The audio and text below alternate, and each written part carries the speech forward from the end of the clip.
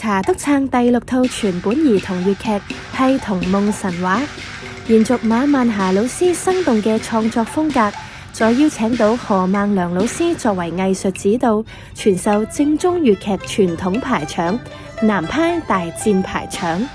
此外，去年更有年青導師同埋舊生加入演出，仲加入舞水旗、舞長丑等經典功架，薪火相傳。劇情緊扣當下孩童嘅成長心性同埋文化認知。劇中5位天真孩童對傳統文化充滿童趣想象。偶然機緣，天上龍哥哥不慎遺失5色龍珠，導致世態失衡，人心顛倒。小朋友喺夢中受龍哥哥託付，踏上飛龍訪古號，穿越遠古時空，開啟一場尋珠救世嘅奇幻旅程。旅途之中，佢哋親身走進盤古開天、女媧補天、后羿射日、愚公移山、精衛填海等經典神話場景，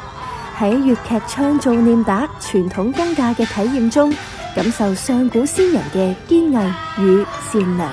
查督撐嘅原創兒童粵劇始於孩童視覺，扎根傳統文化，打破傳統粵劇嘅距離感，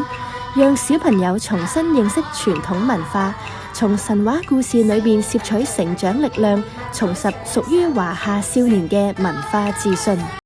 查督撐將於今年2026年9月19同埋20日